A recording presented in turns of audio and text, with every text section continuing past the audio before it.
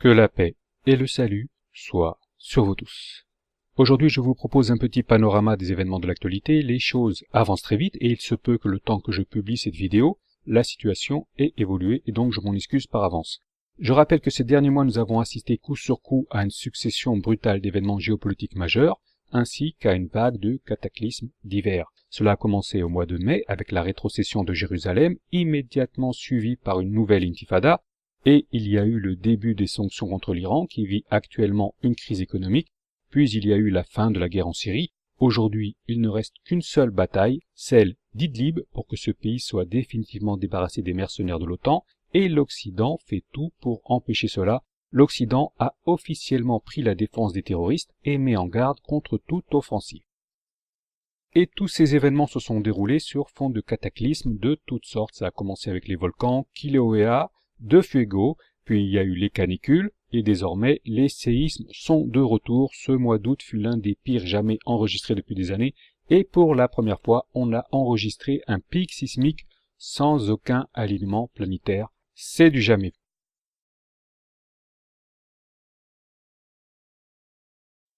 Si je vous parle à la fois des événements géopolitiques et des cataclysmes, c'est que ces deux thèmes sont interconnectés et que l'on aurait tort de les traiter de manière séparée. Par exemple, si les gens se rendent compte que le nombre de cataclysmes augmente et qu'une catastrophe planétaire se profile à l'horizon, le système de contrôle perd son efficacité et le cheptel se révolte, il arrête de servir ses maîtres. Certains vont peut-être penser, mais c'est quoi cette histoire de contrôle du cheptel ? Alors très simplement, il faut savoir que dans chaque pays ou presque, il existe une caste de quelques milliers d'individus qui sont plus riches que le pays lui-même. Cela vient d'être révélé une fois de plus avec un scandale en Iran où l'on a annoncé que 5000 enfants de personnalités du régime avaient accumulé plus de devises que la banque centrale du pays. Ces 5000 parasites disposent de 148 milliards de dollars qui leur servent à fréquenter la jet-set et à acheter des produits de luxe, pendant que le peuple, lui, doit travailler pour se nourrir.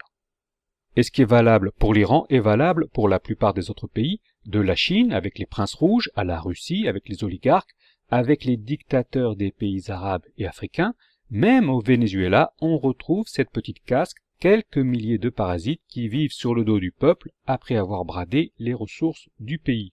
Ce que je vous raconte là est une évidence qui est plus ou moins occultée, mais la vraie vérité, c'est que le peuple s'est résigné à l'accepter. De manière générale, il accepte que les ressources de leur pays soient entre les mains d'une petite caste de profiteurs. Ainsi, le peuple est fondamentalement constitué de moutons qui servent de leur propre gré les riches, en espérant eux aussi s'enrichir et parvenir à se hisser au plus haut niveau de la société.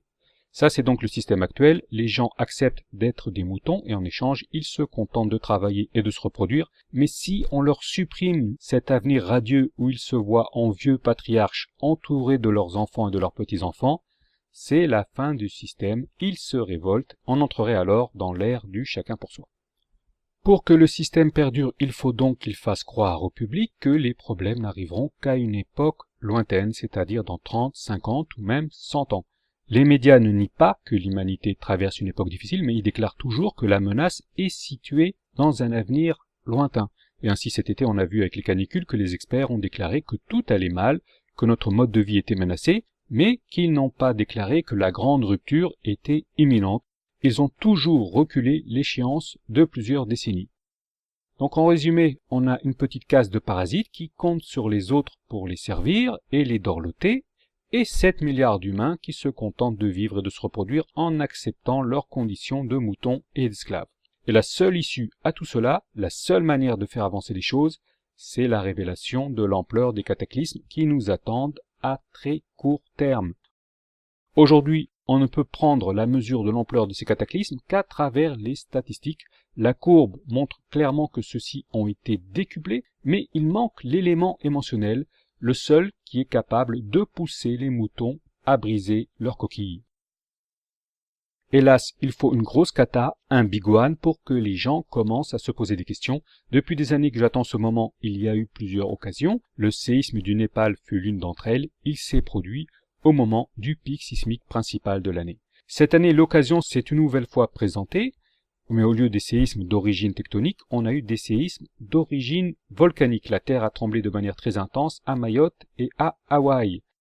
Et à Hawaï, une partie de l'île a commencé à s'effondrer dans l'océan et cela aurait pu générer un tsunami qui aurait atteint la côte ouest des USA et là, on aurait enfin pu avoir le choc émotionnel suffisant pour troubler la routine du public, mais ce n'est pas arrivé. L'autre occasion s'est représentée quand le Mauna Loa, le volcan qui se trouve à côté du Kilauea, a commencé lui aussi à montrer des signes de réveil. Il y a eu un début de remontée du magma. On aurait eu alors une éruption généralisée sur toute l'île. Cela aurait été la panique totale, mais encore une fois, la situation est revenue à la normale. Mais néanmoins, grâce à l'éruption du Kilauea, le public a commencé à s'intéresser au volcan. C'est devenu une tendance dans les recherches sur le net. Et je rappelle qu'en plus de l'éruption du Kilauea, il y a également eu l'éruption meurtrière du volcan de Fuego, ceux des îles Galapagos et de dizaines d'autres ailleurs dans le monde. La réponse du système ne s'est pas fait attendre, les soi-disant experts ont aussitôt sorti un article ahurissant déclarant que l'augmentation des éruptions volcaniques était uniquement due à la démographie et aux réseaux sociaux. Et cela a suffi à détourner l'attention du public, les moutons sont alors retournés à leur activité qui consiste à se nourrir, à se reproduire et surtout à servir ceux qui sont plus riches qu'eux.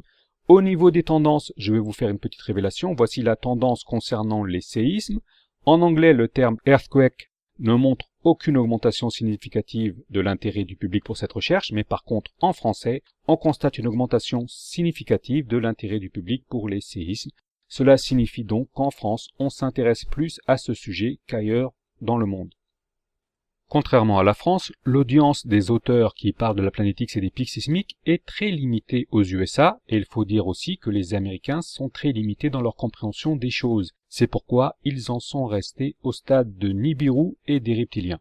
Et comme en toute modestie je suis le seul qui parvient à toucher un certain public avec ce sujet, nous avons là un bon exemple de l'effet mesurable de l'activisme sur l'Internet.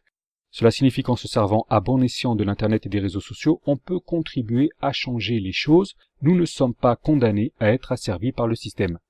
Mais désormais celui-ci est en train de prendre l'eau de toutes parts. Pour le moment, les cataclysmes sont passés au second plan, ils sont toujours là. Au niveau des séismes, c'est énorme, mais pour l'instant, le public n'en a aucune conscience.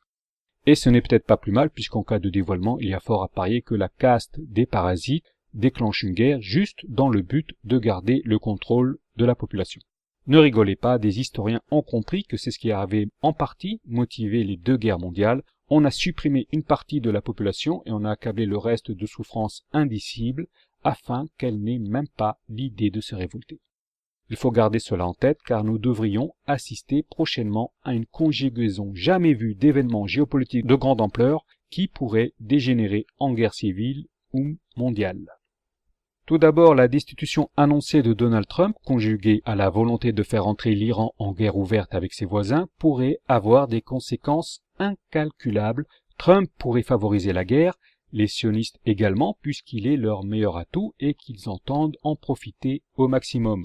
En principe, les Iraniens, eux, auraient tout intérêt à ne rien faire et à attendre les résultats du mois de novembre, mais ils pourraient être poussés à bout. En Syrie, la dernière bataille vient de commencer, les Russes ont bombardé les positions des terroristes, les Américains se préparent à répliquer en prétextant une opération sous faux drapeau, l'armée russe protège directement la Syrie avec un bouclier antimissile, mais nous n'en sommes pas à l'abri d'une confrontation directe entre les deux superpuissances. Cette confrontation a même été annoncée dans les médias russes, le quotidien La Pravda de Moscou en parle ouvertement. En ce moment, le sort du monde est donc en train de se jouer à la fois au Proche-Orient et dans la région du Golfe Persique où l'Iran pourrait décider de bloquer le détroit d'Ormuz par lequel transite 30% du pétrole mondial. Les prochaines semaines s'annoncent donc décisives, toutes les options sont sur la table, on pourrait notamment assister à la réalisation de la fameuse prophétie de l'éclair qui prendrait l'apparence d'une explosion EMP paralysant le champ de bataille. Tout est possible, du côté des califes, le roi de l'Arabie Saoudite serait malade, l'émir d'Abu Dhabi également. Du côté de l'Amérique, Trump a compris que sa destitution était envisageable, mais selon les analystes, qu'il gagne ou qu'il perde des élections de mi-mandat, le spectre de la guerre civile plane sur le pays. Et il ne faut pas perdre de vue que Trump détient une carte maîtresse entre ses mains, il pourrait dévoiler les scandales autour d'Hillary Clinton, des scandales tellement immenses qu'ils pourraient déclencher la fin des USA. ce pays serait détesté dans le monde entier et les Américains auraient tellement la haine d'eux-mêmes qu'ils pourraient s'auto-détruire. Les Américains ont été élevés dans l'idée qu'ils étaient le peuple de Dieu et la lumière du monde. Si on leur ôte cela, c'en est fini d'eux. Au rayon des scandales signalant une reprise de la théorie du complot autour du 11 septembre, l'un des chefs du mouvement pour la vérité, l'architecte Richard Cage, vient de participer à une émission grand public. Un tabou est tombé et nous ne sommes donc pas à l'abri d'une révélation concernant cette opération sous faux drapeau.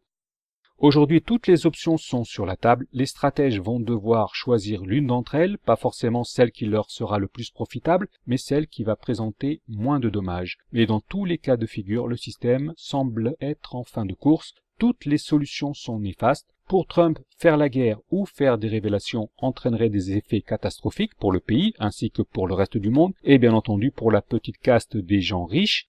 Une guerre serait toujours préférable à des troubles sociaux qui leur feraient perdre leurs privilèges. Ces gens préfèrent détruire leur pays plutôt que de perdre leur contrôle sur le cheptel des moutons.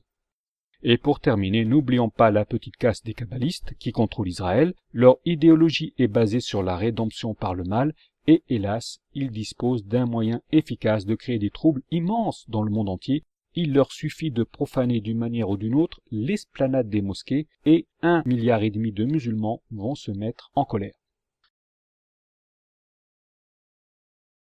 En ce mois de septembre, je le répète une nouvelle fois, toutes les options sont sur la table. La situation peut dégénérer à tout moment. Comme annoncé dans certaines prédictions, des armadas sont en train de se faire face en Méditerranée. À l'heure où je vous parle, la situation est extrêmement tendue et peut déraper à tout moment. Voici à titre d'exemple la prédiction d'Alois Erlmeyer. Il a annoncé voilà plus d'un demi-siècle qu'en Méditerranée la situation serait tendue, que des flottes hostiles se feraient face, mais que finalement la confrontation finirait par s'engager. En ce mois de septembre, nous sommes donc en train d'assister au début de la concrétisation de certaines prophéties et la période de danger devrait culminer au mois de novembre. Ensuite, on devrait certainement connaître des troubles civils aux USA mais également en Europe. Ces troubles sont indispensables afin de faciliter l'invasion russe du continent européen. En d'autres termes, ils constituent un préalable à la Troisième Guerre mondiale. Mais dites-vous bien que même si les flottes russes et américaines s'affrontent en Méditerranée, ou si l'Iran lance une offensive, dites-vous bien qu'il vous reste un peu de temps devant vous. Tant que les troubles civils n'ont pas commencé, vous êtes tranquille, inutile de paniquer, inutile de fuir dans les montagnes et de passer en mode survivaliste. Avec tous les renseignements dont nous disposons, avec tous ces marqueurs temporels, il faudrait vraiment être stupide pour se faire avoir par le conflit qui s'en vient. Aujourd'hui, la situation est donc complexe. Il y a des motivations d'ordre politique et géopolitique qui croisent des facteurs géologiques et climatiques. Les nations ne veulent évidemment pas d'une guerre destructrice, mais on voit bien qu'elles y sont entraînées malgré elles. Dans les coulisses, il y a des gens qui tirent les ficelles et qui créent les conditions d'une confrontation entre les différentes superpuissances. Voilà, ce sera tout pour aujourd'hui. Ce n'est pas évident de surfer sur plusieurs thèmes, mais j'ai essayé de faire du mieux que je peux. Sur ce, je vous remercie de m'avoir suivi et comme d'habitude, je vous dis à très bientôt pour la prochaine vidéo.